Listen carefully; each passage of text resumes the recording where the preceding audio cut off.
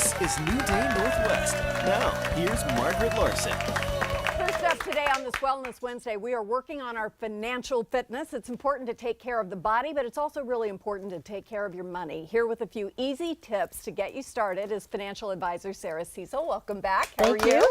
There's so much new. I mean, the stock market's going crazy. The tax law has passed. You know, we're all kind of wondering where we fit into this. So how do you kind of tell the difference between I'm financially fit or I'm not? Yeah, no, great question. You know, we can start with maybe a feeling. You know, so you might be feeling anxious, okay? You know, a lot of times I hear people say... Well, that's me 24/7. Exactly. Okay, we're going to have to drill down. They say that's high performers that are anxious, Okay. okay? But you might Good be like, deal. I don't have enough for retirement, and you have a lot of anxiety about that. Sometimes that's just because you don't have the knowledge that you actually do, and you're prepared, okay? So anxiety might be an indicator that something up. Do you have a plan? Look, if you have some key goals, like a comfortable retirement, education for your kids, a dream home, you should have a plan for that. So if you don't, that's an indicator. And another one, and these are easy ones you could go home today and kind of look at. Am I feeling anxious about something? Do I have a plan for my key financial goals? But another one is, are all my investments in one vehicle? You know, in our backyard, we have a lot of prosperous companies, Amazon, Starbucks, etc. A lot of times people own all their money is there. Those and are they indicators. Need to diversify. Exactly. Or at least they need to know. And the thing that you always remind us of is that none of this gets better by ignoring it. Exactly. You can never be too early to start Exactly. looking at saving for your kids' college education or at least knowing what the number is you're trying to hit on your retirement so you have some idea where you are. That's it, knowing the number. It's part of the plan. Yep. Nice. Now, do we have to go to a financial advisor to get that advice, or are there ways to figure it out on our own? What's the best approach, do you You think? could do what works for you, okay? There is some argument that maybe a financial advisor has better tools to help you do it. I look at it like a personal trainer. Sometimes people like a personal trainer to get their financial fitness in the place that they want it. I happen to use a personal trainer and like that. They have the knowledge, and I trust them so that they can push me so I can achieve my goals, but they don't let me get ahead of my skis or I could hurt myself. Yeah. So maybe you need a personal trainer of your fitness. For that, Yep. there are finances. questions about whether financial experts have your fiduciary responsibility toward you as their first goal or towards themselves. How do you figure out whether somebody is bound to be aware of what's best for you first? Excellent. You ask. You say, are you a fiduciary? And a fiduciary is obligated to put your interest ahead of theirs.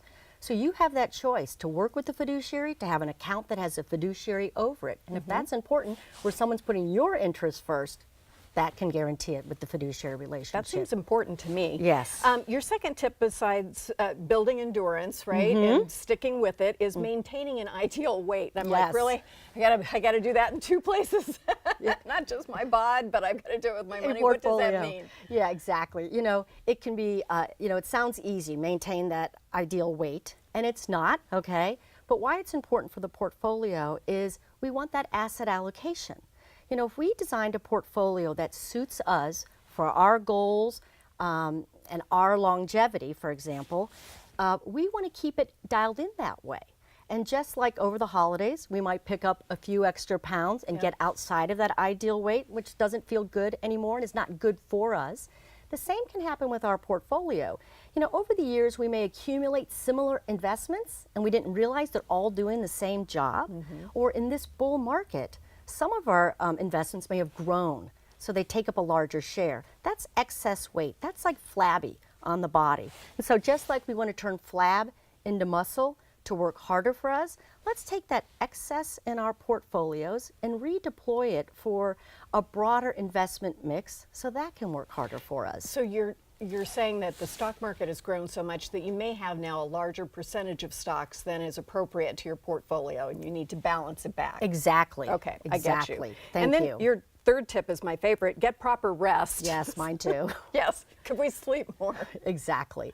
So just as we feel better and we're more alert and we're prepared when we're well rested, the same is true for our portfolio. You know, it's a bit of a living entity too, in that it feeds our financial goals, okay? So if it's getting not enough rest and it's being overtaxed, and how you overtax a portfolio is you're always buying and selling investments.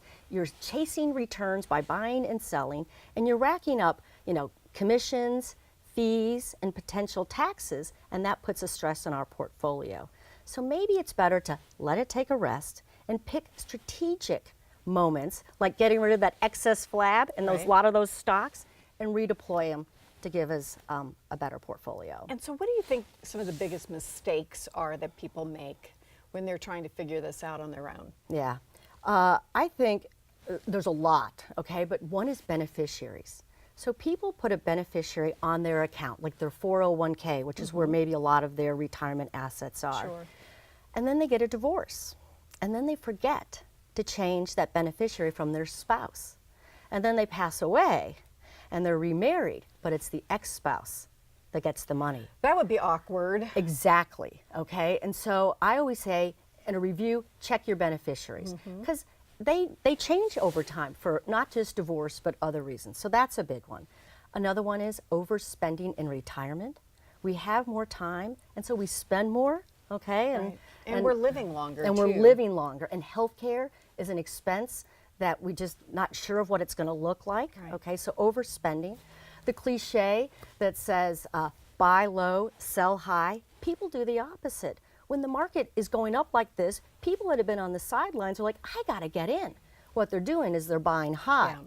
And then when the market corrects and comes down, people get frantic and they sell low, where they should just stay with that long-term strategy and keep it. So those are some of the biggest. If you're not in right now, wait for a correction, because that means they're on sale and you can buy them then. Exactly, exactly. Or maybe even dollar cost average in, which means you put the same amount in over the same periods of time.